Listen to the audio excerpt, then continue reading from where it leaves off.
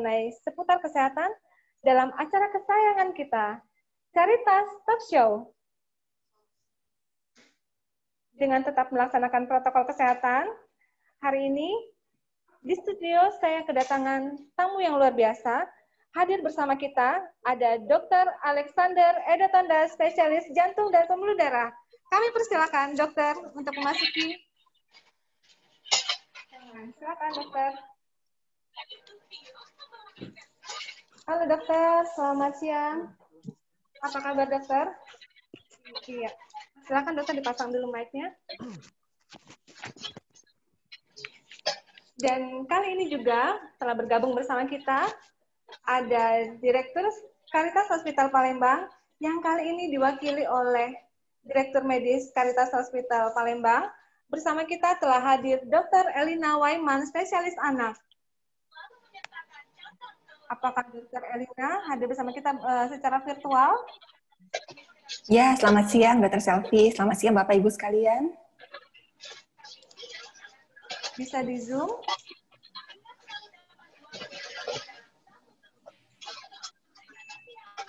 Halo Dr. Elina.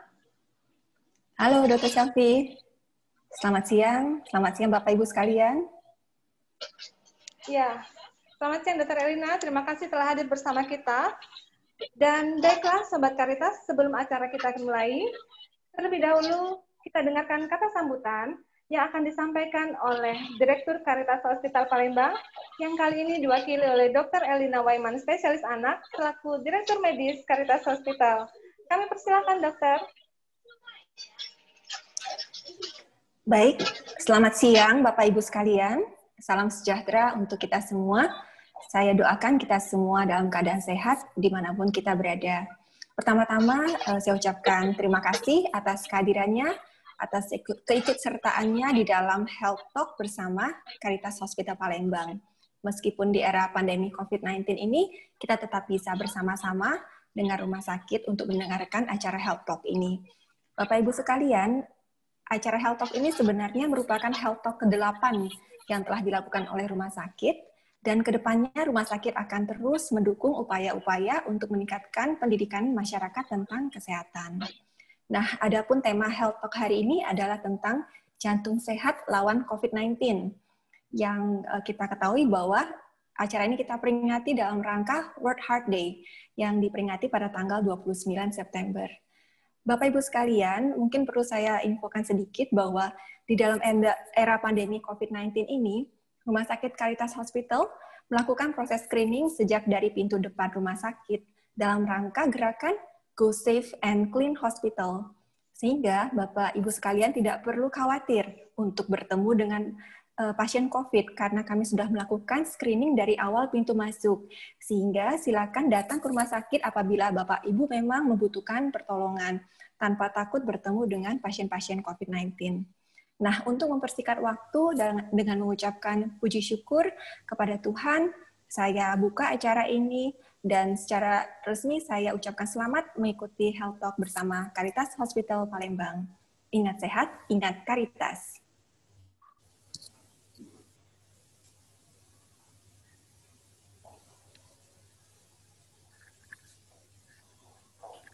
Baik, terima kasih banyak Dr. Elina. Sebelumnya jangan beranjak dulu dokter, karena kita akan berfoto bersama dengan dokter juga dan dengan Dr. Edo dan dengan para peserta talk show kita pada siang hari ini. Baiklah, Sobat Caritas, boleh dinyalakan kameranya semua. Layar kameranya atau layar videonya boleh di bawah, bisa start video. Baiklah, kita tunjukkan wajah kita semua, wajah ganteng dan cantiknya. Host akan memfoto kita semua mengabadikan momen ini. Oke. Dan ada yel-yelnya nih, kita boleh angkat jempol kita. Dokter, boleh jempolnya? Ada yel-yelnya. Seperti biasa, ingat sehat, ingat Caritas. Oke, boleh Bapak Ibu semua jempolnya? Oke, sip. Wah, luar biasa sekali. Oke, host bisa mengabadikan. 1, 2, 3. Ingat sehat, Ingat sehat, ingat Caritas.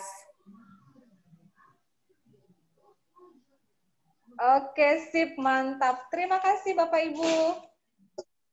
Baiklah, luar biasa sekali. Terima kasih. Oh, boleh sekali lagi ya, kata host. Ada yang belum terbuka videonya. Boleh kita mengundang sekali lagi untuk Sobat Karitas, untuk Bapak Ibu yang ada di rumah. Boleh membuka videonya.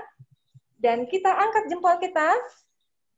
Perlihatkan wajah cantik dan gantengnya. Terima kasih. Oke, sekali lagi ya. Ingat sehat, ingat Karitas.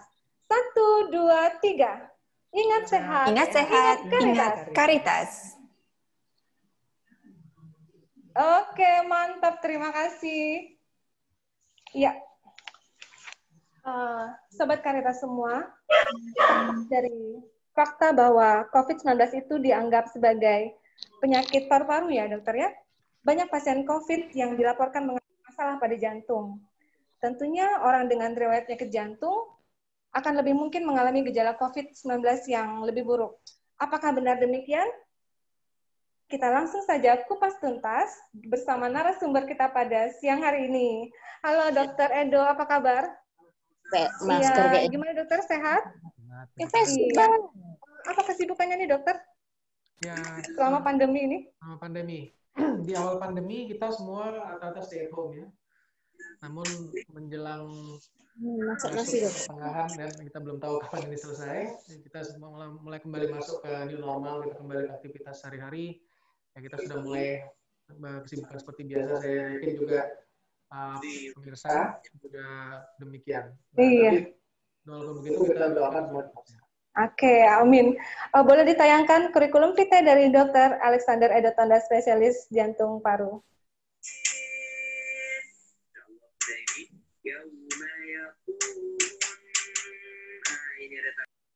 Nah, ini Dr. Alexander Edo Tondas sebagai pembicara kita pada hari ini, spesialis jantung paru, konsultan FIHA, FIKA, FAPSC, lahir di Palembang tanggal 2 Januari 1980 dan posisi sekarang sebagai Kepala KSM Kardiologi Rumah Sakit Muhammad Hussein Palembang.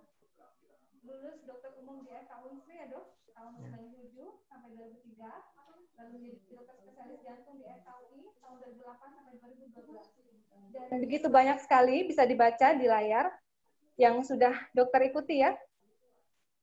Iya. Luar biasa sekali. Inilah kurikulum kita dari Dr. Alexander Edo Tondas, atau lebih akrab yang dipanggil Dr. Edo. Iya. Nah, ini ada ibu yang oke. Sudah.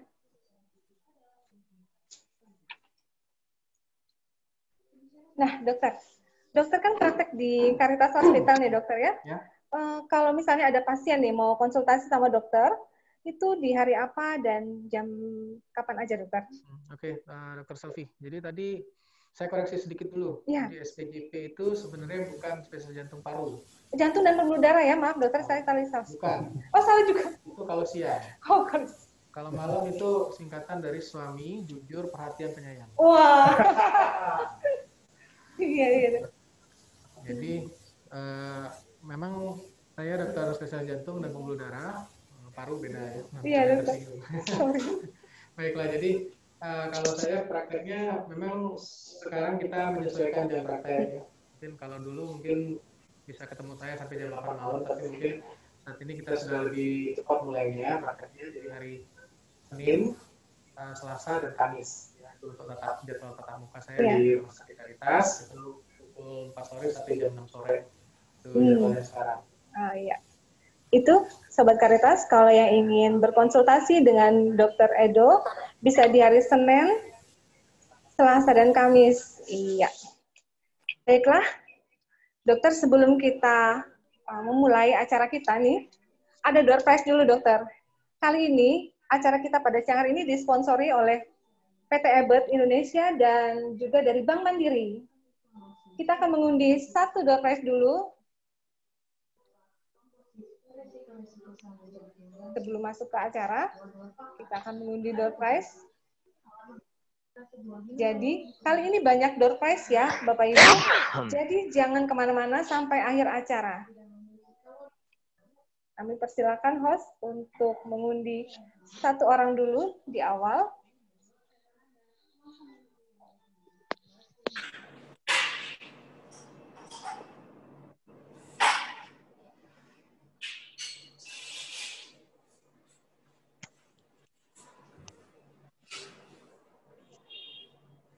Oke, door prize-nya kita undur di belakang. Baiklah dokter, untuk mempersingkat waktu nih dokter, kami akan mempersilahkan Dokter Edo untuk mempresentasikan topik mengenai jantung sehat melawan COVID-19. Kami persilakan Dokter Edo. Terima kasih Dr. Selvi. Pak, slide saya bisa ditampilkan? Suara saya clear?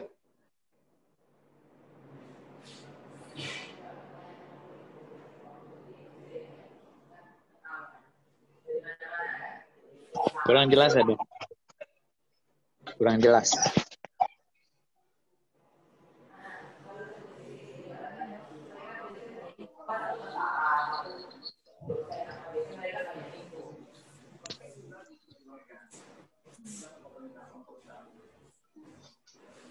Terima kasih untuk pertanyaannya dari Bu Elis.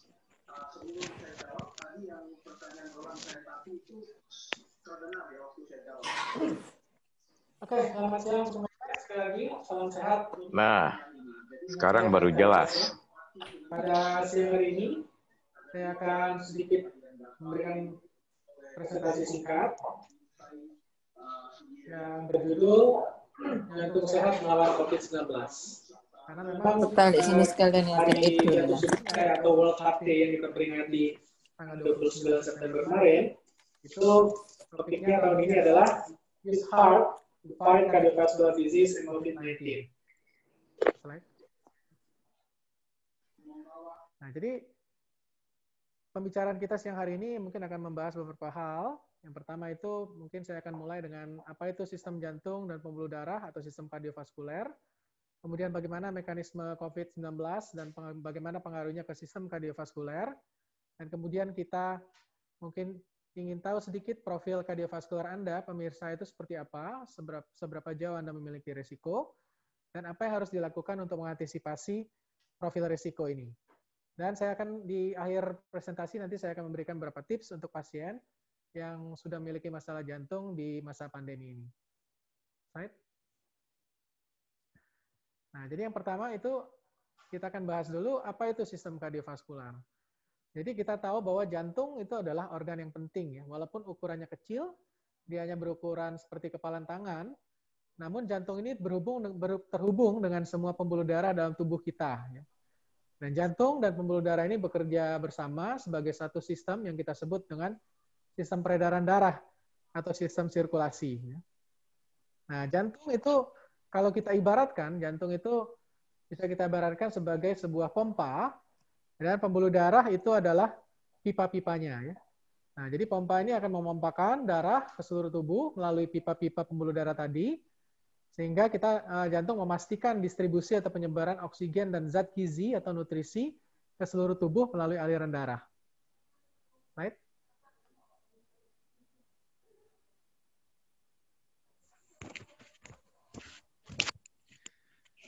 Baik, jadi sistem kardiovaskular atau sistem jantung dan pembuluh darah ini terdiri dari dua sistem. Yaitu yang pertama adalah sistem arteri.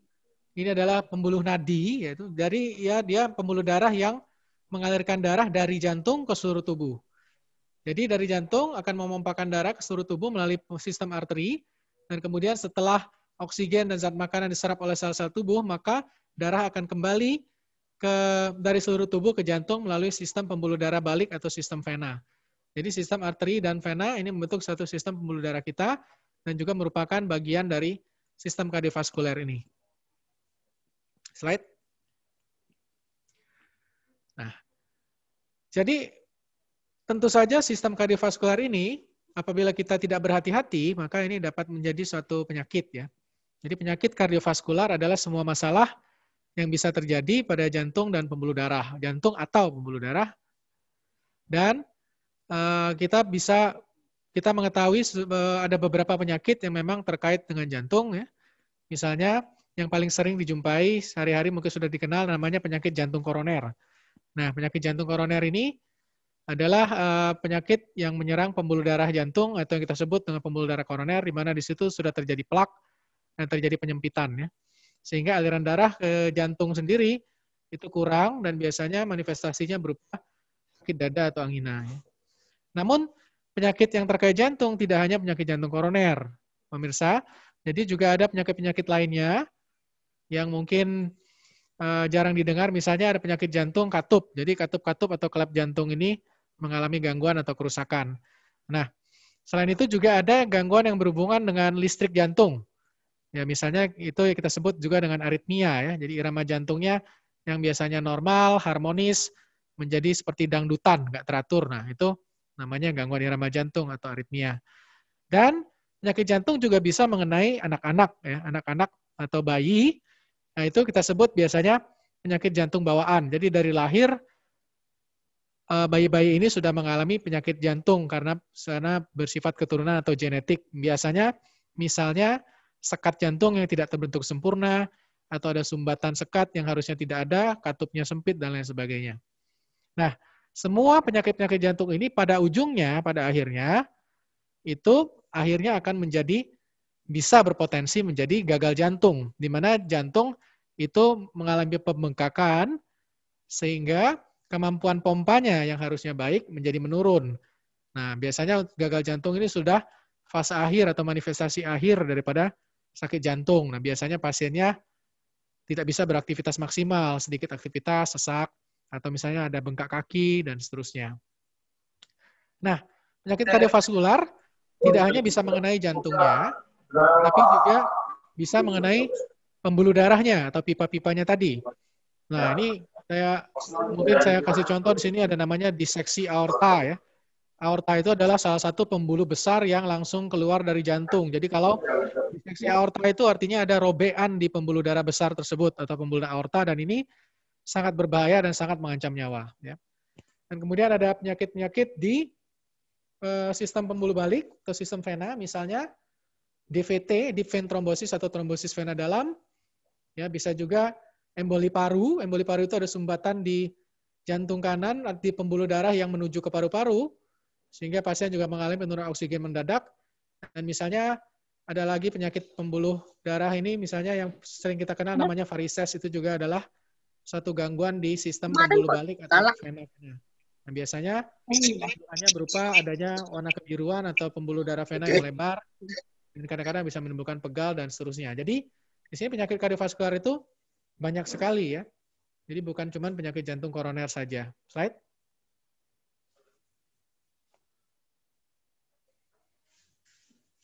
Baik, bisa slide sebelum ini nggak ya? Oke, slide. Nah, baik. Jadi saat ini juga kita sekarang sedang diserang, ya, oleh suatu pandemi. Sejak mungkin ini pertama kali muncul di Wuhan, itu Cina Tengah, ya. Kebetulan saya sempat mampir ke Wuhan sekitar 2 tahun yang lalu. Nah, untungnya pada saat itu belum pandemi. Sebenarnya kota Wuhan itu kota yang indah, tapi akibat shutdown dan lockdown, mungkin seperti kota mati. Tapi mungkin sekarang mereka sudah mulai pulih. Nah, pandemi ini disebabkan oleh suatu virus yang kita sebut dengan novel coronavirus atau coronavirus baru, ya. Namun saat ini lebih dikenal virus ini dengan nama SARS-CoV-2, ya. Karena dia memiliki kemiripan dengan virus SARS yang dulu sebelumnya pernah dikenal. Namun ini SARS-CoV-2 ini memiliki kemampuan untuk berpindah dari manusia ke manusia yang lebih besar daripada SARS-CoV-1 yang dulu. Karena itu mungkin SARS pertama dulu nggak, mungkin ya walaupun heboh tapi nggak seheboh sekarang, ya. Nah, gejalanya penyakit virus ini bisa menimbulkan gejala. Kalau mau berinvestasi sebagai penyakit, kita sebut dia coronavirus disease 19 atau COVID-19 karena terjadinya di tahun 2019. Nah, gejala awal itu bisa macam-macam, ya. Umumnya kita tahu gejalanya yang mungkin paling sering adalah demam, batuk, darah kental, ya, pernafasan cepat, tidak normal. Namun kadang-kadang hanya ada pasien datang dengan keluhan hanya lemas saja, ya, atau cuman diare saja. Ini biasa pada anak-anak, ya. atau nyeri-nyeri sendi saja. Ini khas ya, misalnya gejala-gejala infeksi virus sebenarnya mirip serupa. Jadi sebenarnya gejala virus ini sangat mirip sekali dengan gejala virus influenza ya. Namun dampak jangka panjangnya jauh lebih luar biasa ya. Nah, sampai ya mungkin ada beberapa pasien yang mengalami suatu manifestasi berat, mengalami sesak nafas ya. Dan bahkan sebagian besar itu tidak bergejala sama sekali, dan ini yang kita sebut dengan orang tanpa gejala atau asimptomatik atau carrier dan seterusnya. Jadi maka itu kita sangat berhati-hati karena gejalanya bisa menyerupai atau mimik ya, memimik banyak sekali penyakit-penyakit lain ya, dari gangguan cerna, gangguan saluran napas, bahkan sakit jantung juga bisa sangat mirip. Slide.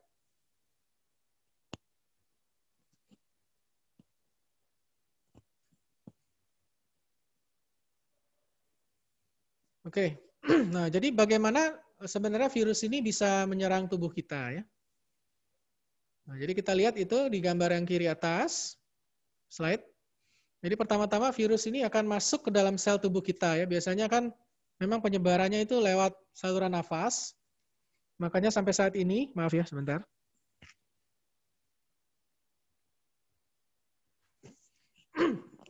Penyebarannya memang lewat saluran nafas ya. Jadi biasanya memang saat ini pemerintah menetapkan yang namanya social distancing karena virus ini bisa menyebar lewat droplet ya, atau cairan dari dalam saluran napas kita. Apabila kita batuk atau bersin itu bisa sampai 2 meter jaraknya. Jadi karena itu jarak social distancing aman itu sekitar 1 sampai 2 meter ya. Nah, jadi virus ini pertamanya masuk ke dalam sel, biasanya masuk kan lewat saluran napas hidung, kemudian nasofaring di belakang hidung, masuk ke saluran napas atas, dan baru nanti dia masuk ke dalam paru-paru. Jadi setiap kali dia mau masuk lebih dalam, itu biasanya ada sistem imun ya. Jadi dia akan mengaktifasi sistem imun atau sistem kekebalan tubuh ya. Jadi makanya virus ini bisa ditemukan, ada yang ketemunya masih di hidung, ada yang ketemunya sudah di belakang tenggorokan, ada bahkan yang cuma ketemunya di dalam paru. Jadi tergantung virus itu sudah menginvasi atau masuk ke tubuh kita sampai sejauh mana. Nah, jadi swab itu bisa, makanya kita kalau ngambil swab untuk pemeriksaan pasti dari virus ini, ya kita ngambilnya dari hidung sampai ke tenggorok belakang dan dari air liur. Karena virus ini bisa, lokasinya tidak selalu di hidung, bisa saja lebih dalam. Nah, saat sistem imun aktif, ya, sistem imun ini biasanya berupa sel-sel peradangan. Nah, sel-sel peradangan ini akan mulai mendekat, ya, menuju ke lokasi tadi yang awalnya diinfeksi oleh virus, dan dia dapat mengaktifasi sistem imunitas secara umum.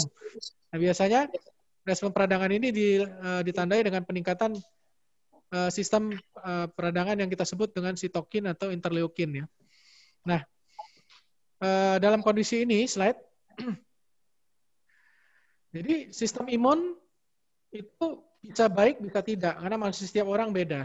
Ada yang orang sistem imunitasnya itu rendah atau kurang imunnya.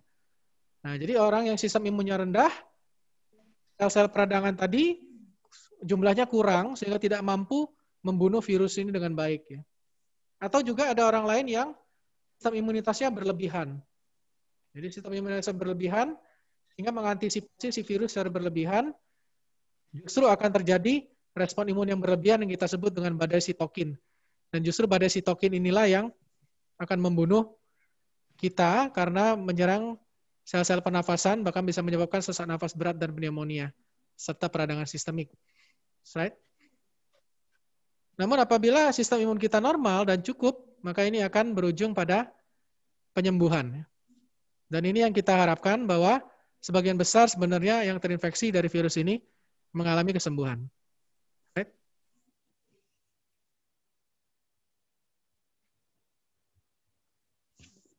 Baik, dan ini adalah manifestasi sistemik, kita tahu ya, karena dia bukan hanya menyerang sistem saluran napas, jadi memang biasanya di awal itu menyerang saluran napas, tapi dari beberapa laporan dan dunia kedokteran saat ini, maka virus ini ternyata juga dapat ditemukan menyerang sistem, misalnya sistem saraf, ya, sehingga menimbulkan gejala-gejala yang mirip dengan radang selaput otak, dan kemudian juga menyerang saluran cerna, ginjal, jaringan otot, ya, sistem kelainan pada darah, dan juga salah satu yang fatal adalah menyerang sistem kardiovaskular yang sudah saya jelaskan tadi, yaitu dia dapat menyerang jantung dan menyerang pembuluh darah.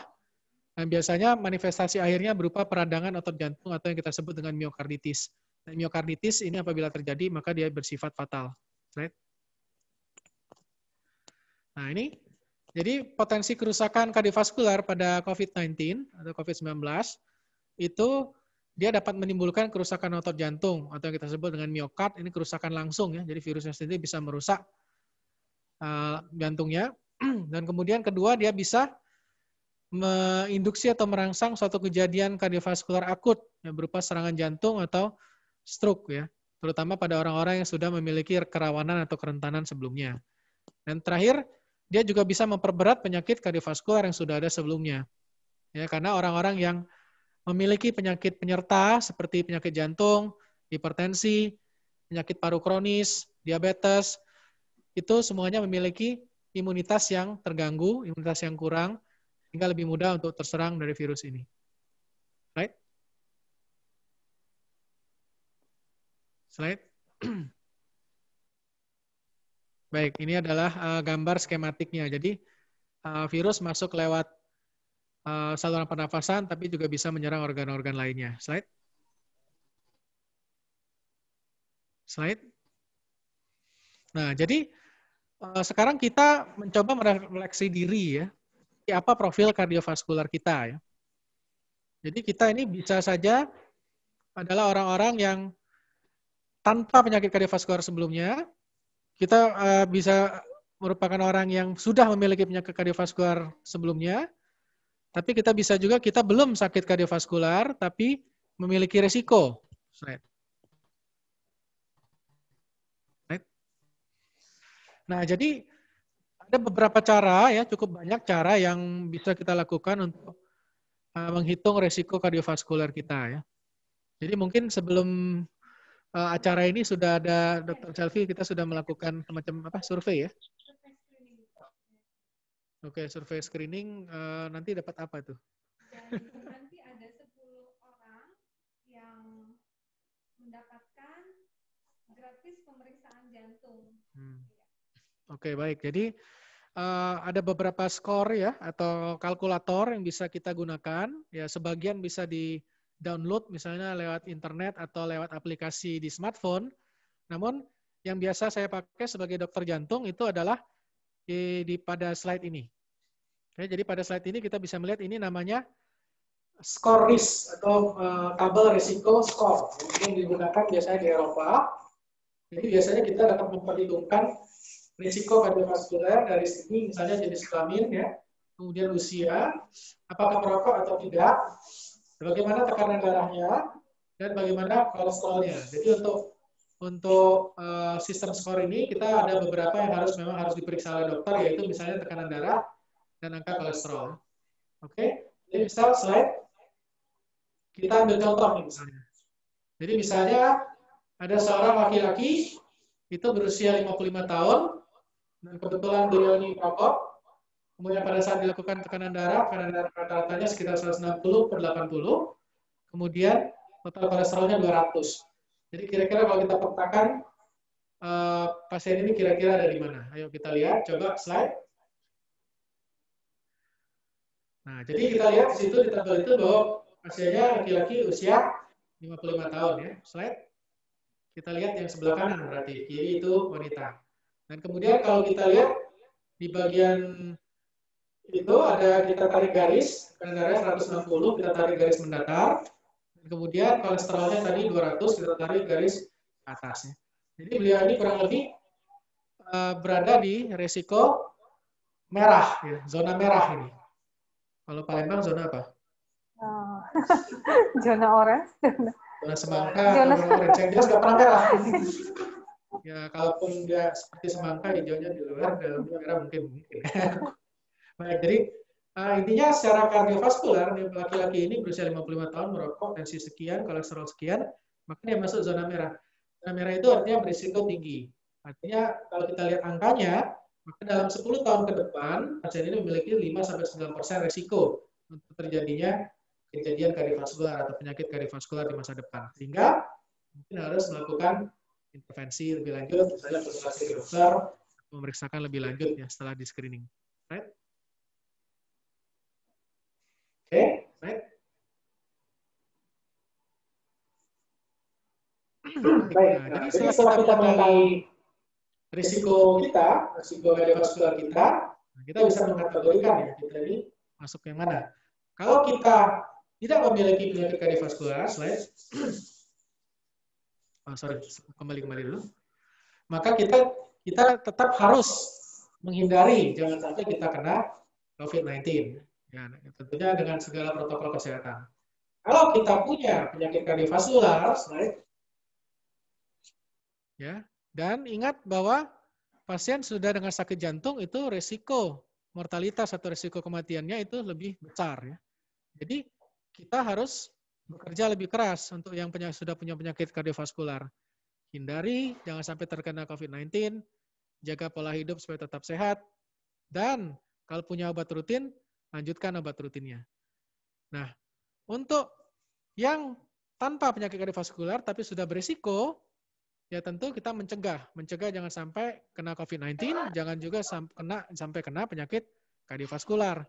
Jadi jaga pola hidup sehat, lanjutkan obat-obat pencegahan kalau memang diperlukan. Ya, kalau kita berisiko tinggi, kadang-kadang dokter akan merekomendasikan beberapa obat, misalnya obat pengecek darah atau obat-obat statin untuk mengontrol profil lipid atau profil kolesterolnya. Slide. Baik, jadi ini apa yang harus kita lakukan ya? Jadi bagaimana kita menghindari COVID-19?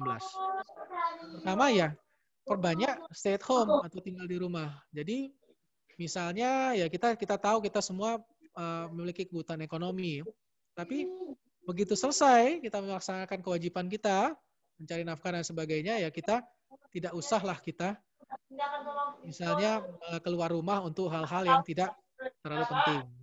Karena dua rumah yang berbeda ini kan memiliki lingkungannya sendiri. Jadi kadang-kadang tuh saya mungkin agak prihatin masih dengar misalnya ya teman-teman pergi ke rumah keluarganya yang ini, keluarganya yang itu, yang berbeda rumah. Walaupun sama-sama keluarga, tapi resikonya tetap ada gitu ya. Karena kita tidak tahu kondisi orang di rumah orang lain itu, mereka mobilitasnya seperti apa. Jangan lupa menggunakan masker. Nah, untuk Rumah Sakit Caritas sendiri, karena kita go safe, ya, Rumah Sakit Caritas ini kami merekomendasikan sebenarnya kalau berkunjung ke rumah sakit, ya atau kebetulan Anda menjadi pendamping pasien, maka di rumah sakit kami harapkan menggunakan masker bedah, ya. Jadi ini untuk keamanan kita semua, ya. Nah, tapi kalau nanti sudah keluar dari rumah sakit, tidak datang ke rumah sakit, ya mungkin bisa silakan gunakan masker biasa, ya itu rekomendasi kita untuk lebih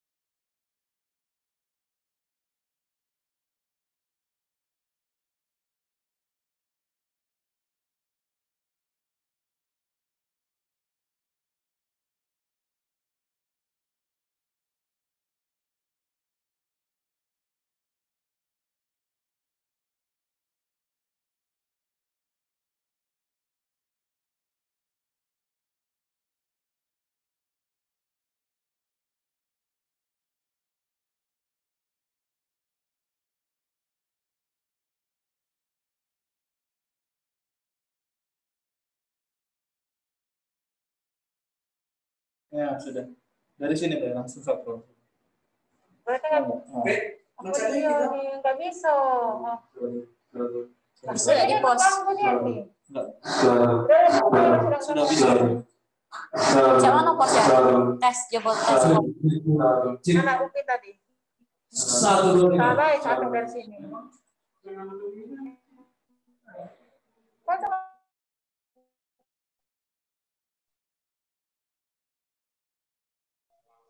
kita semua harus tahu dan kita harus mawas diri bahwa kondisi saat ini ada yang terjadi di sistem kesehatan kita di seluruh dunia ya.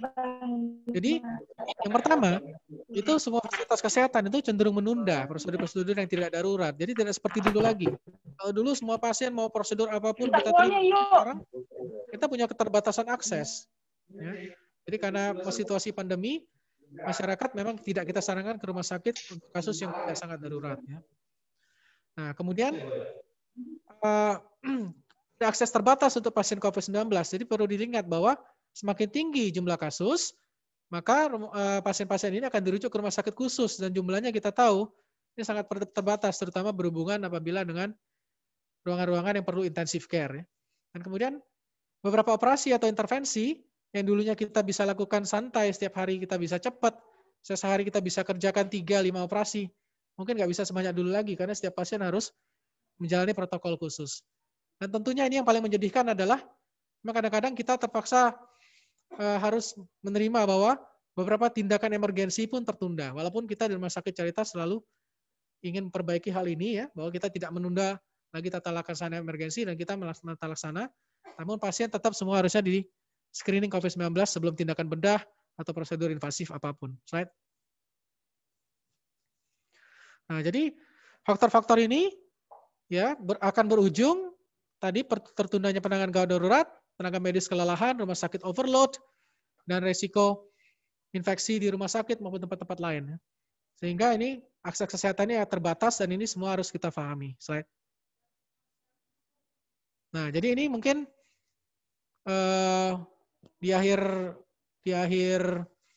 pembicaraan saya pada hari ini, ya mungkin saya akan berikan beberapa tips ya. Nah, ini adalah 8 tips yang Anda bisa terapkan. Ya, jadi yang paling penting dengan akses kesehatan yang sangat terbatas ini, yang paling penting adalah bagaimana Anda memahami kondisi Anda sendiri ya. Nah, jadi silakan dibaca itu tips-tipsnya. Masih ada contoh di belakang sebenarnya. Coba ditampilkan aja sebentar karena waktu kita sudah habis. Oke. Jadi salah satunya adalah bagaimana kita memaksimalkan penggunaan telemedicine atau konsultasi online. Nah, kebetulan Rumah Sakit Caritas adalah salah satu pionir di Palembang ini. Bagaimana menerapkan sistem konsultasi online untuk pasien-pasien rawat jalan ya. Nah, ini memang kita utamakan itu pasien-pasien yang stabil. Namun prinsipnya adalah dokter sebaiknya sudah kita berada di rumah sakit ya supaya kita bisa mengisi rekam medis. Dan ini kita tidak rekomendasikan untuk konsultasi pertama. Nah, intinya apabila ingin melakukan telemedicine atau ingin melakukan konsultasi online ya sebaiknya menggunakan sistem aplikasi kesehatan resmi baik dari rumah sakit atau yang official ya. Kita tahu ada beberapa aplikasi dan bukan komunikasi transaksi personal ya. WA-an aja. Nah, itu sangat berisiko. Berisiko untuk siapa? Berisiko untuk pasiennya, karena dokternya kan pasiennya banyak, kita nggak tahu nih siapa yang WA. Dan biasanya memang saya pribadi tidak pernah memberikan rekomendasi obat tertentu lewat WA, karena ini sangat berbahaya. Semuanya harus terdata dan terekam secara resmi. Dan ini juga mohon dimaklumi oleh pasien. Slide. Oke, nah ini contoh kasus ya. Penyakit jantung koroner. Itu, jadi kenalilah penyakitnya, misalnya pernah riwayat serangan jantung, pernah pasang ring jantung, obat-obat rutinnya dihafalkan ya. Misalnya obat-obatnya itu, ketahui tujuan pemberian obatnya apa, misalnya supaya ringnya nggak tersumbat lagi, cegah serangan jantung di masa depan. Ketahui tanda kegawatan jantung seperti apa, misalnya jantung koroner, kegawatannya nyeri dada seperti berat, ditindih, mendadak nafas pendek, ada pendarahan. Ya. Kemudian, mengerti prosedur jadwalin, ini mau diapain sih saya gitu. Atur jumlah air yang mau diminum, tadi gunakan telemedicine dan lanjutkan obat-obat rutin, tidak menghentikan obat tanpa nasihat dari dokter. Kasus jantung yang lain mungkin memiliki tanda bahaya yang berbeda, mungkin nanti kita akan bahas lebih banyak di diskusi. Slide. Oke, jadi ingat juga bahwa beberapa obat daripada COVID-19 memiliki efek samping serius, sehingga memang beberapa pasien harus kita rawat dan kita periksa di rumah sakit. Slide. Oke, tidak ada obat yang lebih baik daripada pencegahan. Slide. Cegah penyakit kardiovaskular, cegah COVID-19, karena kombinasi keduanya bisa fatal. Slide. Slide. Oke, ini adalah kesimpulan kami bahwa penyakit kardiovaskular, Itu bisa terjadi, adalah masalah apapun terjadi pada jantung atau pembuluh darah kita. COVID-19 gejalanya bisa mirip, bisa mencetuskan dan menimbulkan komplikasi pada penyakit kardiovaskular. Ketahui profil kardiovaskular Anda, sangat penting untuk menghindari komplikasi dari COVID-19. Bila Anda punya penyakit kardiovaskular, kenalilah penyakit Anda dengan baik dan tujuan pengobatannya. Mencegah penyakit kardiovaskular dan COVID-19 jauh lebih baik daripada mengobati. Selamat siang, saya kembalikan pada moderator. Ya, luar biasa sekali. Terima kasih banyak Dr. Edo, penjelasan yang cukup gamblang sekali. Dan tentunya intinya adalah kita harus punya badan yang sehat ya dokter, dan punya jantung yang sehat supaya kita bisa melawan COVID-19. Iya. Oke, sebelum ada pertanyaan, sebelumnya kita akan undi untuk 10 pemenang pemeriksaan jantung gratis bagi Bapak Ibu yang sudah mengisi screening jantung. Akan ada Dr. Edo selamat sebanyak 10 pemenang pemeriksaan gratis jantung di Caritas Hospital Palembang. Kami persilakan host untuk mengundi 10 orang pemenang langsung. Kami persilakan.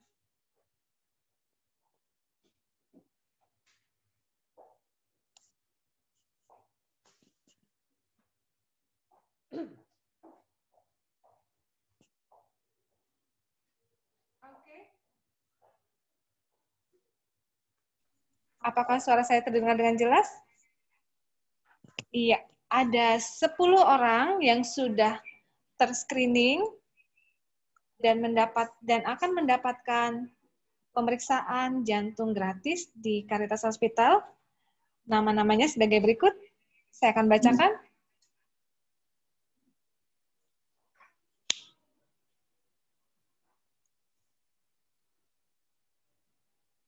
Dengan skornya, yang pertama ada Ibu atau Bapak Sunarni Arifin, Ibu Rian Novianti, Ibu Yulian Sapnil, Ibu Emilia Dina Septiantari, Ibu Nurul Arianti, Ibu Heni Johan, Ibu Francisca Hardi Purweni, lalu ada Bapak atau Ibu Marhama, Ibu Nyimas Helina, dan yang terakhir Ibu Sri Mendari Haidir.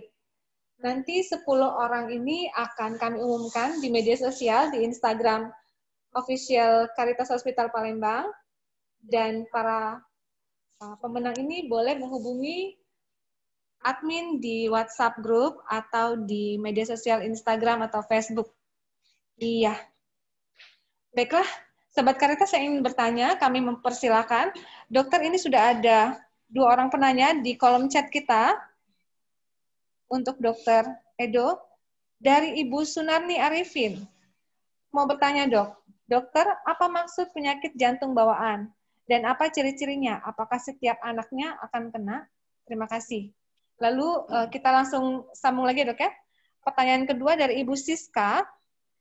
Mau tanya, Dok, ibu saya punya penyakit darah tinggi dan diberikan obat pengencer darah. Yang saya tanyakan, berapa lama obat pengencer darah diminum? Apakah ada resikonya apabila obat itu diminum setiap hari tanpa putus? Ya, itu dulu, Dok, 2 penanya. Oke, baik, terima kasih pertanyaannya, bagus-bagus sekali ya. Jadi mungkin yang pertama saya akan jawab soal penyakit jantung bawaan ya. Jadi kita ini sebagai manusia memang tidak selalu dilahirkan sempurna ya. Ada yang mungkin sempurna, ada yang mungkin juga mengalami kelainan bawaan. Namun semuanya itu merupakan anugerah dari Tuhan ya. Nah, penyakit jantung bawaan ini banyak sekali bentuknya ya. Biasanya kalau misalnya kita bagi secara umum itu ada namanya penyakit jantung bawaan biru dan tidak biru. Jadi ada yang lahir itu biru. Nah, biasanya kita curiga nih dokternya. Ini biru, jangan-jangan ada sakit jantung bawaan. Tapi ada juga yang tidak biru. Nah, kalau tidak biru biasanya kan tetap dokter anak misalnya dia akan memeriksa setiap anak yang baru lahir. Misalnya dia akan mendengarkan suara jantungnya. Nah, biasanya ada bising jantung tertentu yang membuat dokternya mencurigakan ini ada jangan-jangan ada sakit jantung bawaan. Dan biasanya nanti bayi ini akan menjalani pemeriksaan lanjutan misalnya USG jantung, ekokardiografi dan seterusnya. Nah, tidak semua itu anak itu akan kena sakit jantung tentunya ya. Tentunya bila orang tuanya itu memiliki jantung bawaan dulunya, ya secara genetik anaknya mungkin akan lebih mudah mendapatkan penyakit yang serupa, tapi tidak selalu. Ya, artinya karena prosesnya ini kan pembentukan janin dan sebagainya itu kan banyak faktor ya, bisa faktor internal tadi adalah memang faktor genetik, bisa juga faktor eksternal, misalnya pada saat hamil mungkin mengkonsumsi obat-obatan ya, atau yang mungkin bisa berbahaya buat janinnya, atau mengalami suatu trauma atau kecelakaan ya tertentu, atau faktor-faktor luar tertentu yang dapat menyebabkan kecacatan pada janin, gitu. Itu yang jawaban untuk yang pertama ya. Nah, yang kedua itu tadi ada seorang ibu di sini dikatakan memiliki penyakit darah tinggi dan diberikan obat pengencer darah. Nah, berapa lama pengencer darah tersebut diminum? Nah, jadi sebenarnya obat pengencer darah itu kita berikan terutama ya untuk orang-orang yang memang sudah mengalami sakit jantung koroner biasanya. Sudah tahu ada sakit jantung koroner atau sudah pasang ring sebelumnya atau pernah serangan jantung, itu adalah indikasi utama. Nah, tapi beberapa pasien dia punya belum kena sakit jantung, tapi sudah punya faktor risiko. Faktor risiko apa? Tadi kolesterol tinggi, ada kencing manis, ada darah tinggi. Nah, itu tadi kita hitung risikonya. Kalau dia risiko tinggi, ya, jadi kita bisa memberikan obat pencegahan berupa tadi misalnya pengencer darah untuk supaya jangan sampai dia mengalami suatu serangan jantung. Nah, mengenai berapa lama untuk konsumsinya, ya tentu selama dia masih berisiko ya kita berikan, namanya juga pencegahan kan, kita tidak tahu gitu loh. Nah, jadi kontrol semua itu supaya jangan sampai terjadi serangan jantung. Nah, tentu biasanya obat pengencer darah kita harus memperhitungkan masalah lambung ada atau tidak. Kadang-kadang memang sebagian obat pengencer darah bisa menyebabkan gangguan atau tukak lambung. Mungkin itu. Ya, sebelum kita lanjut kepada penanya berikutnya, wah banyak sekali nih yang tertarik bertanya ya. Ada sekitar 10 pertanyaan lagi. Kita akan mengundi 3 door prize lagi. Dan hari ini door prize kita disponsori oleh PT Ebert dan juga Bank Mandiri. Kami persilakan host untuk mengundi 3 door prize. Mau kita paling yang prize kilo yang ikut peserta yang ikut sopo kilo dari Ancul tas kita saya nggak ikut temu karena saya mau. Yang pertama Ibu Christine Permatasari. Selamat. Berapa? 160.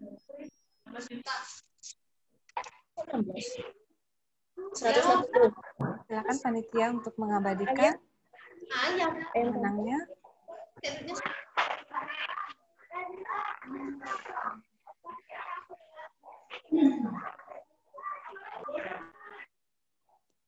Selamat kepada Ibu Tirai Febria Zananda. Satu orang lagi.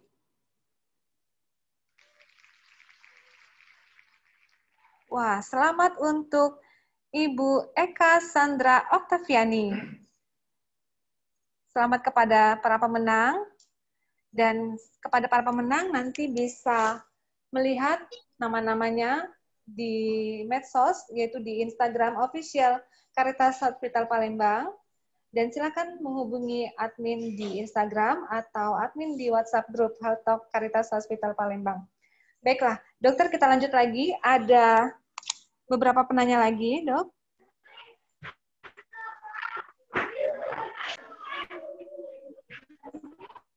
Wah, banyak sekali nih. Dari Cecilia Feni, saya pilihkan dokter ya. Cecilia Feni bertanya, Dok, diet yang sehat dan olahraga seperti apa untuk menunjang imun tubuh dalam masa pandemi dan untuk menjaga kesehatan jantung tetap terjaga? Nah, ini. Oke, baik. Terima kasih. Ya, untuk diet sehat ya. Diet sehat itu tentu yang 4 sehat 5 sempurna ya. Ya, 4 sehat 5 sempurna ya termasuk tadi saya bilang susu dan telur ya.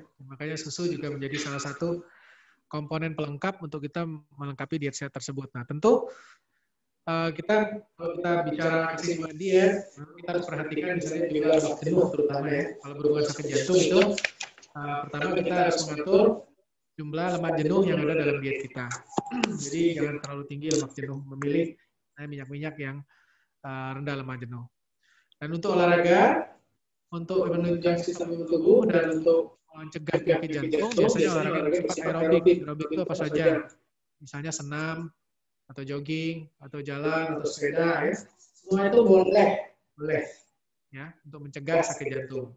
Kalau sudah sakit jantung, tentunya nanti ada takaran olahraganya, kita atur masing-masing, nanti dokter yang mengatur.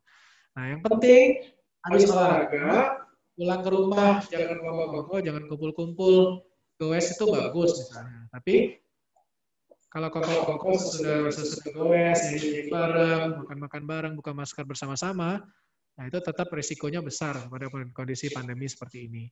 Nah, biasanya yang kita sarankan, kalau bisa, pada saat olahraga memang kita tidak memakai masker, karena kalau kita pakai maskernya terlalu lama pada saat olahraga, nanti CO2 atau karbon dioksida tidak bisa dibuang, sehingga nanti kita menimbulkan hipoksia dan reaksi-reaksi lain yang kurang baik. Jadi kalau olahraga, kita menyendiri, menjaga jarak, maskernya dibuka, selesai olahraga, maskernya baru dipakai lagi. Dan kalau bisa dilakukan tadi tetap dengan protokol kesehatan. Tuh. Iya, terima kasih Dokter Edo.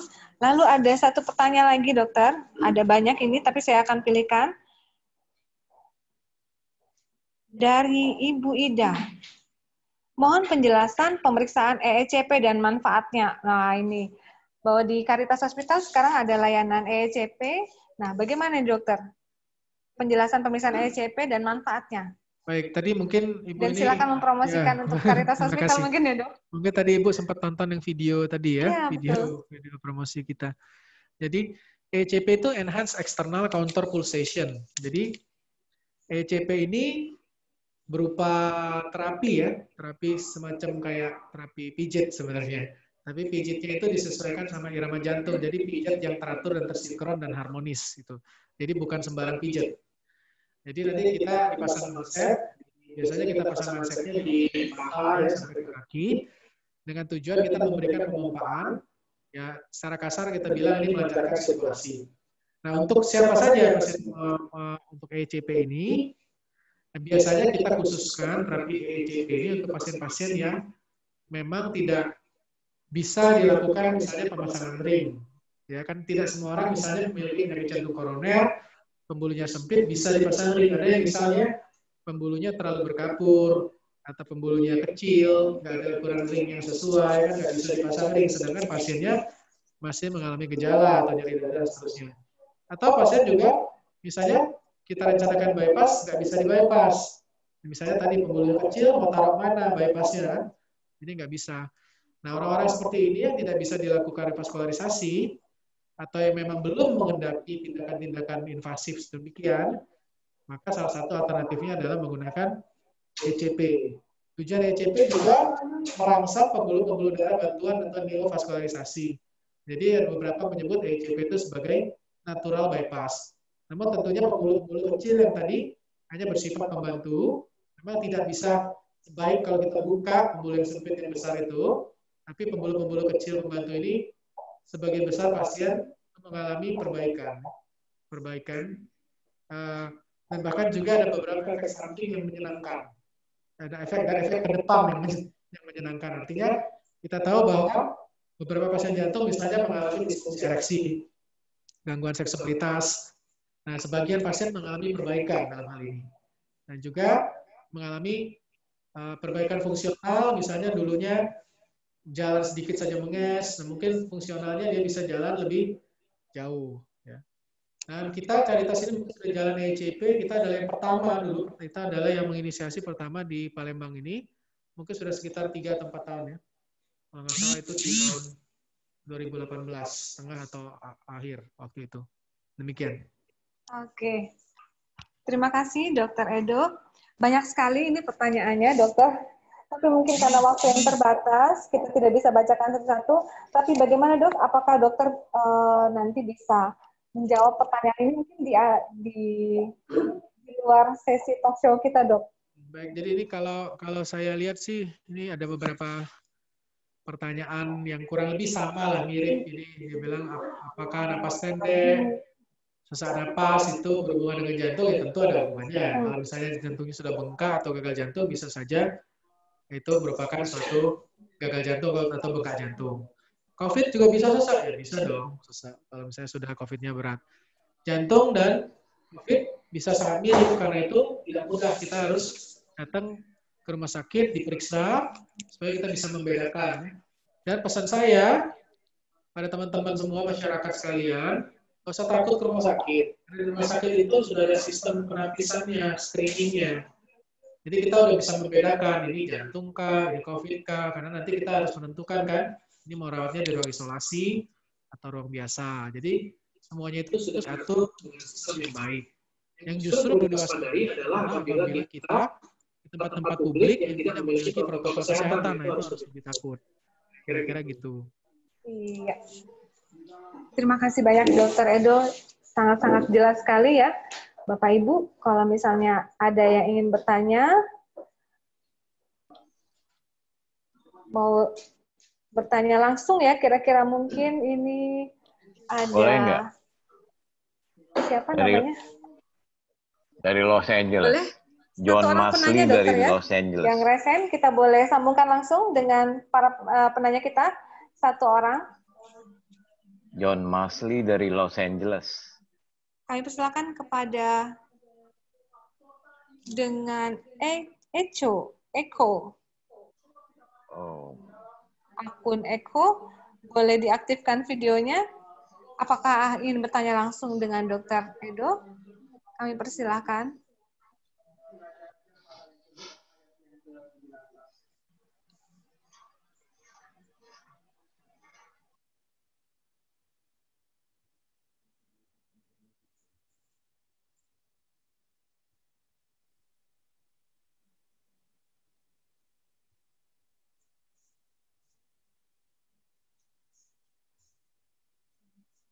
John Arif Masli, Pak John Arif, apakah ingin bertanya? Ya. Oke, Saya di Los bersiap-siap, Angeles. dokter. Sebelumnya kan kita tuh ada perlombaan video mengenai lawan COVID-19 dengan jantung sehat melawan COVID-19. Dan kita sudah memilih ada 3 orang pemenang ya dok untuk videonya, ada 3 video terpilih. Kami persilakan host untuk menampilkan para pemenang video kita.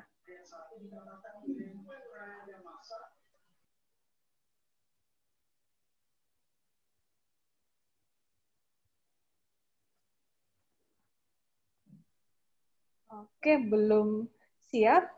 Boleh yang tadi ingin bertanya? Pak John Masli, apakah ingin bertanya? Boleh kita sambungkan videonya dengan Pak John? Saya Silakan unmute. Pak John untuk bertanya. Bisa dengar suara saya? Suaranya bisa di-unmute. Halo?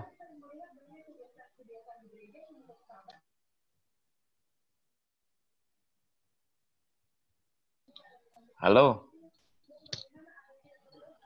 Ya, Dokter Silakan. Tondas. Selamat siang, Pak John. Halo? Ya, baik. Silakan, Pak John. Ada yang Halo? ingin ditanyakan dengan Dokter Edo, silakan.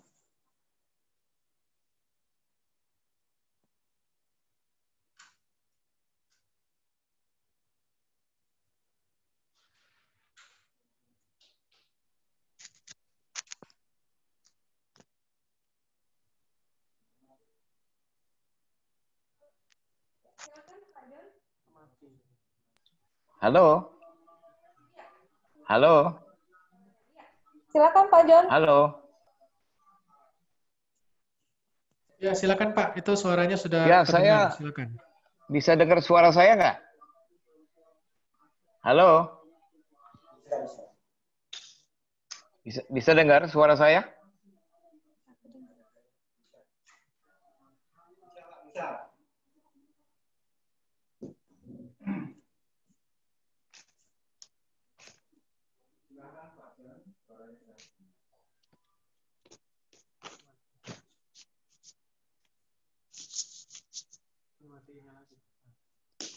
Hello. Ya, silakan Pak John untuk bertanya. Yeah. Kami sudah mendengar suara Bapak. Okay. Dr. Tondas, a year ago I had a heart attack in Los Angeles. About in English, 13 months ago, I had a heart attack, and that put a stent on my vein. My American doctor gives me Plavix, metoprolol, losartan, amlodipine, and vitamin D. Is that too much of a medication, Dr. Tondas? Sorry, Pak John, apakah bisa diulang atau can you repeat the question? Ya. Setahun yang lalu saya kena heart attack di Los Angeles. Kemudian dokter saya, they put a stent on my vein. Lalu saya dikasih obat yang namanya Plavix, metoprolol, losartan, amlodipine, dan vitamin D. Pertanyaan saya, apakah ini obat terlalu banyak, Dr. Tondas? Oke, baik Pak. Bisa dengar suara saya? Yeah, you were with Samaritan Hospital in Los Angeles, right? Yes. Yeah, that was a good hospital. So my question to you, is it too much medication for me? They give me too much medication. That's what I feel. What do you think? Jadi mungkin saya langsung bahasa Indonesia saja ya, biar lain juga tahu. Jadi kalau memang sudah pernah mengalami serangan jantung atau heart attack, we should take lifetime antiplatelet, sir. So jadi Plavix itu adalah salah satu pengencer darah atau kita sebut antiplatelet. Memang sebaiknya itu dikonsumsi untuk lifetime atau seumur hidup.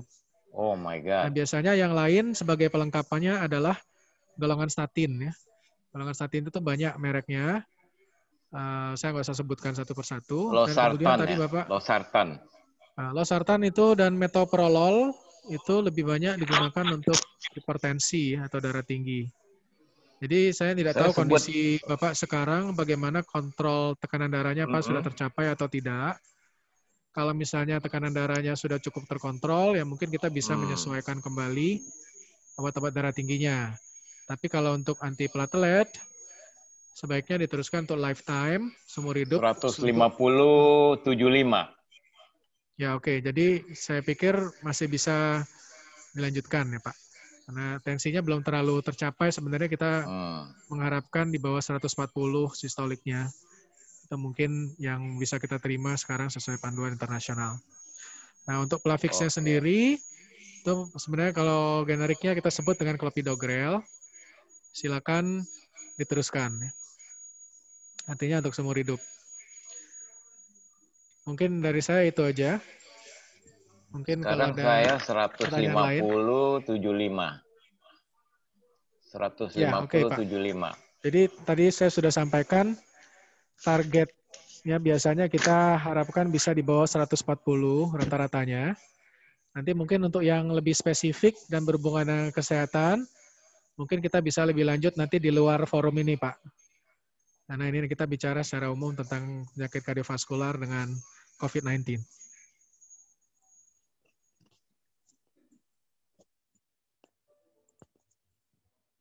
Oke, terima kasih Pak John yang sudah bertanya.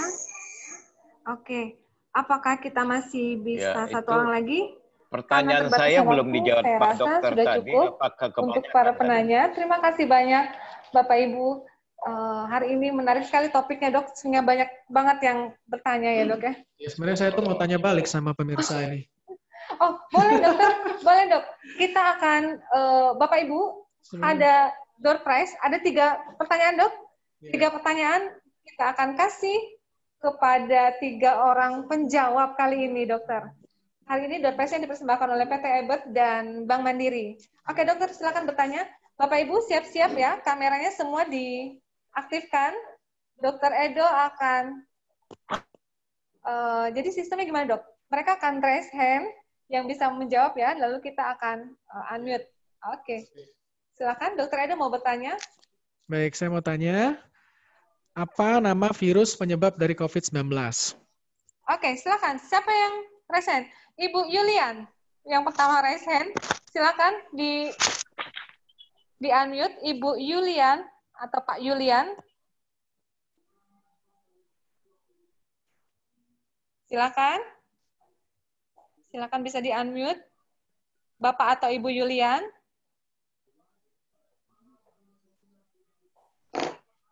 Yulian. Iya. Yang pertama kali raise hand, Bapak atau Ibu Yulian, silakan.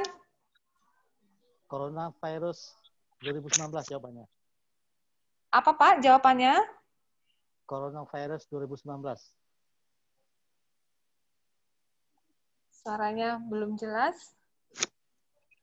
Dikencengin lagi Pak, didekatkan mungkin suaranya. Halo? Tes. Mike. Dengaran, Mbak? Halo? Oke, jawabannya apa Pak? Coronavirus 2019.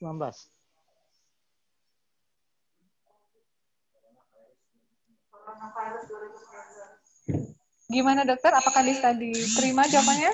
Oke, saya pikir saya bisa terima lah ya. Oke, selamat Pak Yulian. Oke, 2 pertanyaan lagi dokter, silakan. Oke, pertanyaan berikutnya. Apa itu penyakit kardiovaskular? Oke, silakan siapa yang mengangkat tangan terlebih dahulu?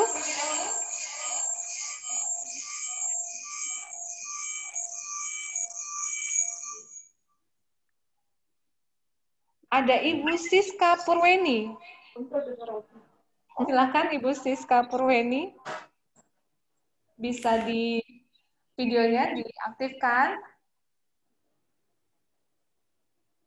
Yang paling pertama terlihat oleh saya mengangkat tangan ya, Bapak Ibu.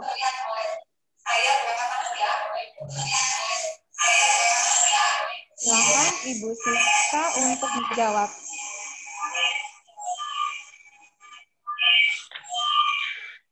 Penyakit yang disebabkan karena adanya penyumbatan pada pembuluh darah yang diakibatkan oleh tekanan darah yang sangat tinggi. Oke, betul. Jadi penyakit pada jantung dan atau pembuluh darah ya, itu penyakit kardiovaskuler. Oke, selamat Ibu Siska Purweni. Ya, satu lagi dokter. Untuk door prize terakhir, untuk menjawab terakhir dok. Satu lagi, silakan dokter. Ada yang siap-siap ya, semuanya raise hand. Raise hand-nya dihitung setelah dokter membacakan pertanyaannya. Jangan raise hand sekarang loh. Oke, silakan dok. Oke, sebutkan 3 langkah bagi kita, masyarakat, bagaimana kita bisa mencegah supaya jangan sampai terkena COVID-19.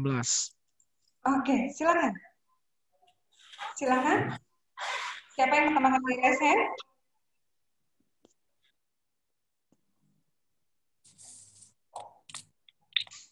Bapak Martinus Wahyu Wibowo ya. Bapak Martinus. Ya. Silakan diaktifkan. Oh, Ibu ternyata. Silakan Ibu, jawabannya. Menjaga jarak minimal 1 meter dan mencuci tangan. Oke, betul sekali. Oke, sip, selamat. Ya, baik kepada para pemenang tadi, ada 6 buah door prize tadi, boleh menghubungi admin di medsos, Instagram, official Caritas Hospital Palembang, atau admin grup WhatsApp Health Talk Caritas Hospital Palembang. Ya, baiklah, kali ini kita akan mendengarkan penjelasan produk dari Ibu Diana dok. Ibu Diana ini adalah perwakilan dari PT Ever. Kami persilakan Ibu Diana.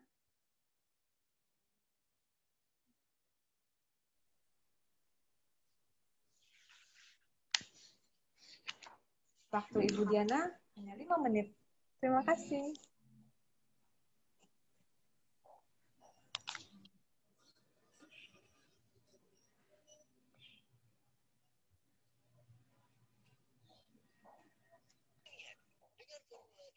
Ini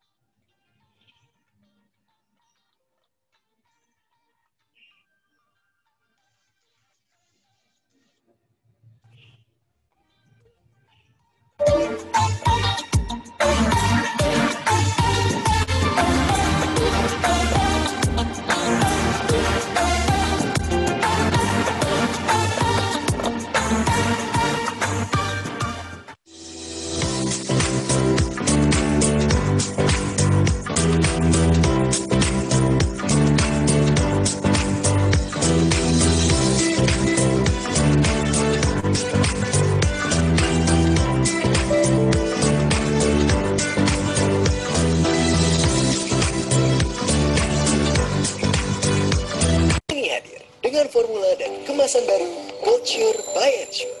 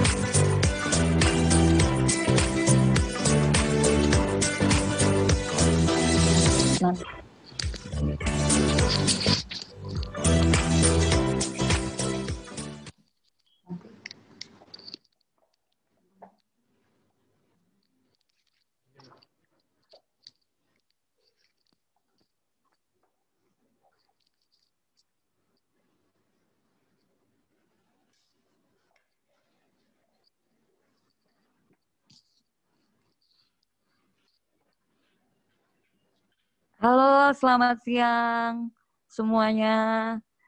Terima kasih sekali lagi untuk Caritas yang sudah mengadakan webinar ini, dan juga Dr. Edo sudah bersedia jadi speaker pada acara hari ini, dan Dr. Sylvie terima kasih sudah jadi moderatornya ya dokter ya.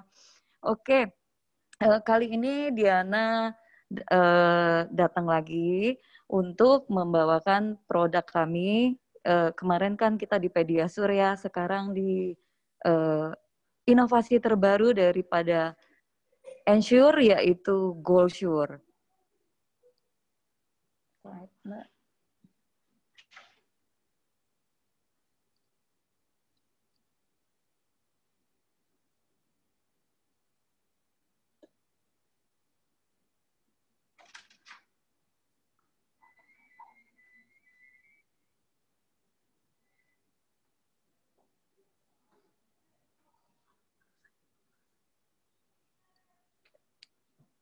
Oke.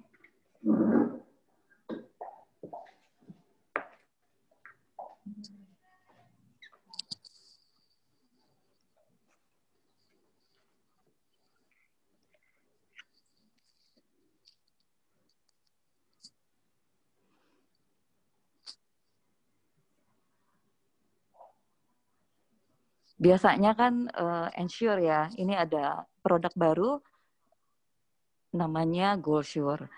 Ini, oke, ini sudah ada slide-nya. Intinya pada saat kita untuk mempercepat untuk masa penyembuhan, pentingnya menjaga masa otot.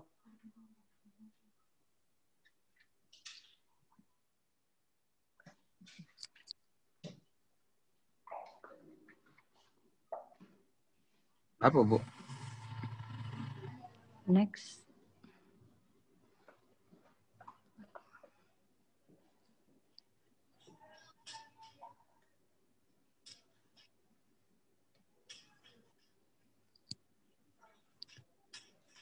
Nah, ini juga ini kan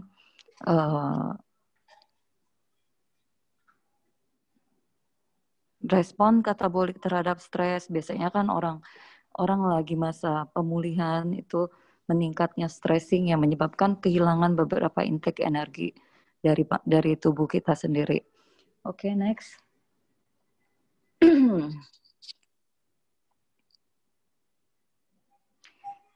Dan juga pada pasien yang dirawat rumah sakit, hilangnya massa otot secara signifikan meningkat pada pasien yang dirawat di rumah sakit dan dewasa yang tidak aktif. Misalnya nih, pada saat massa otot, hilangnya massa otot ini untuk normal saja itu bisa hilang, bisa kehilangan 8% pada saat yang normal ya, tidak dalam keadaan sakit. Nah, apalagi untuk mobilitas yang tinggi juga kehilangan juga sekitar 5%, dan di ICU itu dalam 10 hari bisa kehilangan 17,7 untuk massa ototnya. Dan ini sangat riskan ya. Oke, next, lanjut.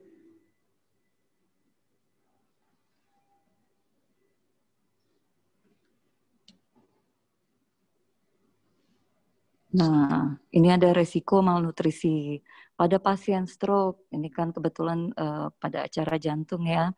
Pada pasien stroke dan 50% pada pasien bedah.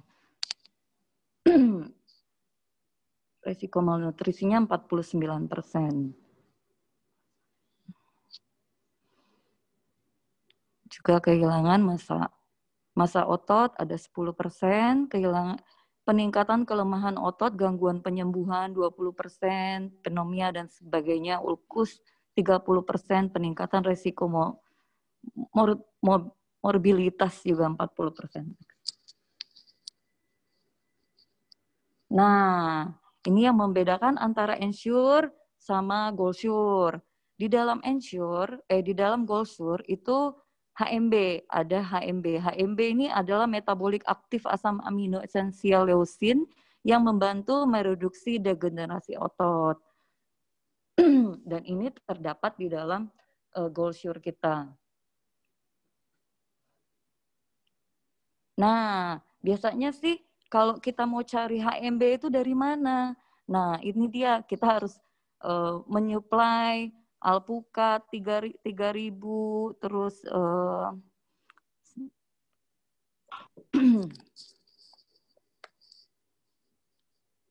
terus apa namanya,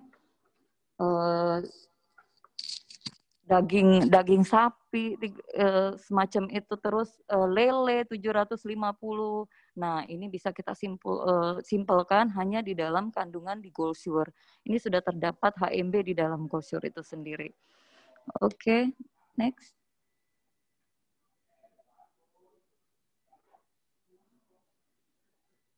Nah, ini ya. Ini inovasi dari Ensure, yaitu GoalSure by Ensure.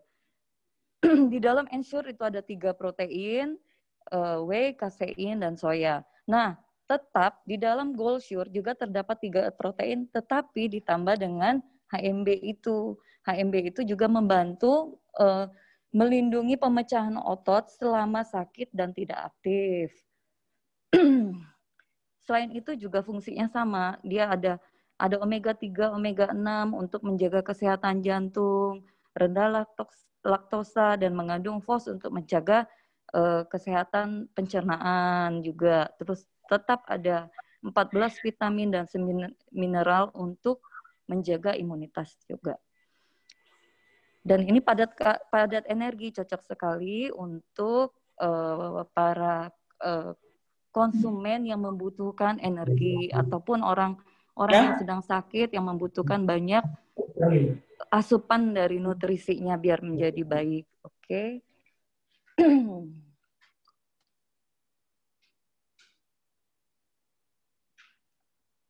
Oke.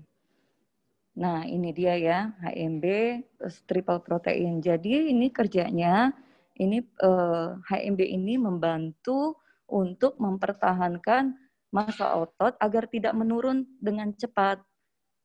Jadi tetap dilakukan, terutama bisa juga dilakukan untuk membantu aktivitas, untuk orang tua juga bisa membantu untuk menjaga massa ototnya agar tetap terjaga dengan baik dan beraktivitas dengan baik.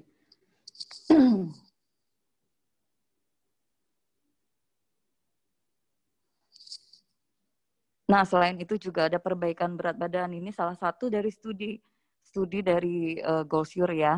Ada perbaikan dari berat badannya juga, terus perbaikan konsentrasi vitamin D dalam darah, juga perbaikan status SGH-nya.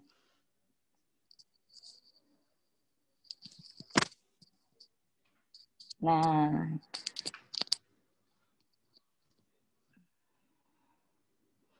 jadi untuk GoSure ini membantu menurunkan risiko komplikasi di rumah sakit juga pada pasien yang menjalani pembedahan juga. Next, Mbak. Oke, next lagi.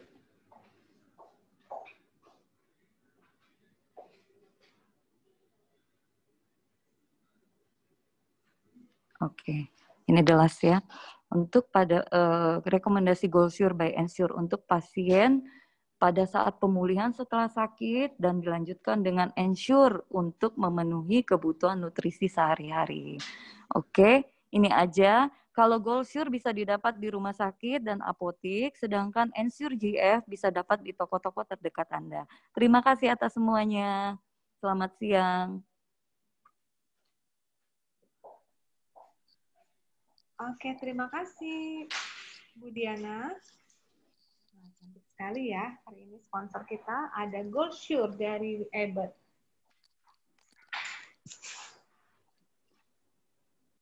Baiklah, sahabat Karitas sekalian, dengan berakhirnya tadi penjelasan dari Ibu Diana, maka berakhir pula kebersamaan kita pada siang hari ini.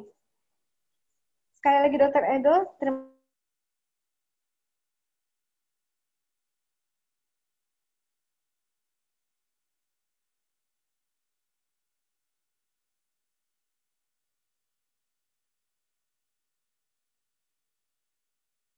talk berikutnya. Selamat siang. Jangan lupa lakukan perilaku hidup sehat. Pakai masker, cuci tangan, jaga jarak, stay positive, and God bless you. Selamat siang.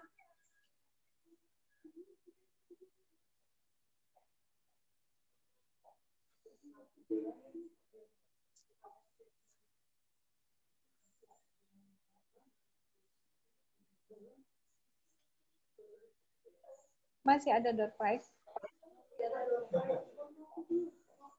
Wah, untuk partisipan yang masih bergabung bersama kita, acara memang sudah berakhir, tapi ada door prize untuk Anda yang masih stay tune di Health Talk ini.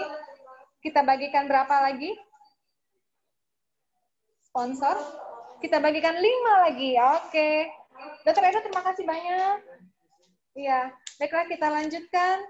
Host silakan mengundi untuk 5 orang pemenang door prize. Kami persilakan. Sampai ketemu lagi.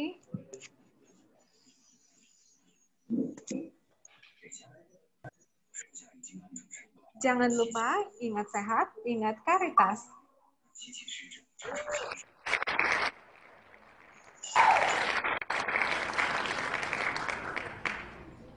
Wah, selamat. Ibu G. Ari Martanti, SKM. Silakan panitia untuk mengabadikan pemenang-pemenangnya. Yang kedua, wah kembali lagi Pak Yulian Sapnil, selamat.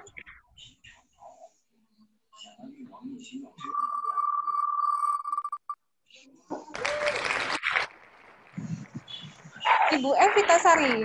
Oke, cukup untuk 3 orang dulu. Lalu ini ada kuis untuk 2 orang selanjutnya. Kami persilakan. Iya, bergabung bersama saya, Ibu Cantik. Silakan. Yuk. Apa nih? Terima kasih dokter. Boleh dipakai mic-nya?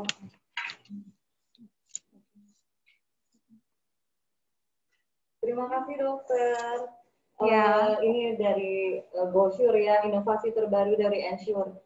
Nah, Diana cuma ingin memberikan satu pertanyaan saja. 2 boleh? Oh, 2 karena boleh, sisa dokter. 2 lagi. Ya dokter. Usia berapa Ensure bisa digunakan? Ya, silakan menjawab di kolom chat. Saya akan cek siapa yang menjawab terlebih dahulu. Silakan. Usia Kolom berapa? chatnya di mana nih? Apa tadi, Pak Diana? Wah, pada ini ya, searching ya? Pada searching. Iya, saya juga searching nih. Tanya Mbak Google. Oke, ini yang pertama kali menjawab ada dari akun siapa ya? 1WX. Wah, nggak jelas nih ya. Akun Dwinta di atas 10 tahun. Ya, betul. Oke, selamat. Selamat Ibu Dwinta yang pertama menjawab. Betul sekali. Oke, sip. Satu lagi. Oke, satu lagi. Ini yang penting ya dari inovasi terbaru dari Ensure, yaitu GoSure. Apa sih kelebihan GoSure itu sendiri? Ada kandungan yang tadi saya sebutkan loh. Iya. Silakan. Yang pertama kali chat, yang menjawab di chatting, itulah pemenangnya. Ibu Dwinta kan tadi udah dapet. Iya. Yang lain lagi ya. Iya. Pak Supriyono dari Palembang. Ada kandungan HMB. Gimana? Ya, betul sekali. Betul sekali HMB ya. Yang hidroksil metil gitu. Oke, selamat Pak Supriyono dan Ibu Dwinta. Terima kasih. Kelas kita mau ada lagi? Cukup? Baiklah, kita akan tampilkan 3 orang video terpilih. Oh, video semua peserta. Oh, video semua Oke. peserta. Kita saksikan bersama-sama.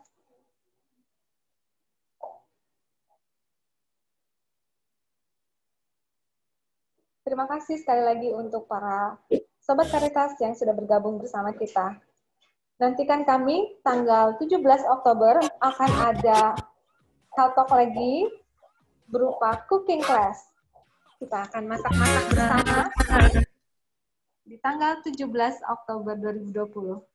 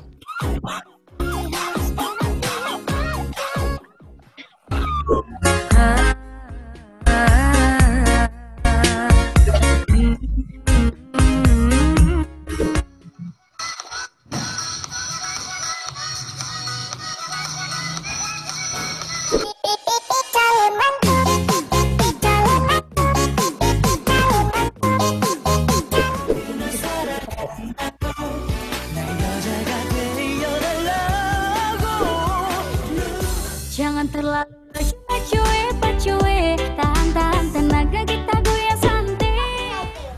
1. Makan makanan bergizi. 2. Rajin olahraga setiap hari. Luka pada aku navy, atas laut 2 bawah ombak itu wavy. 01, 2, 3, 6 style trace me. 3, 2, 1 awet panggil aku baby. I love it. Senyum melihat kau bertaruh. Oke. Itu tadi video-video, kumpulan video para peserta kita. Dan video terpilihnya adalah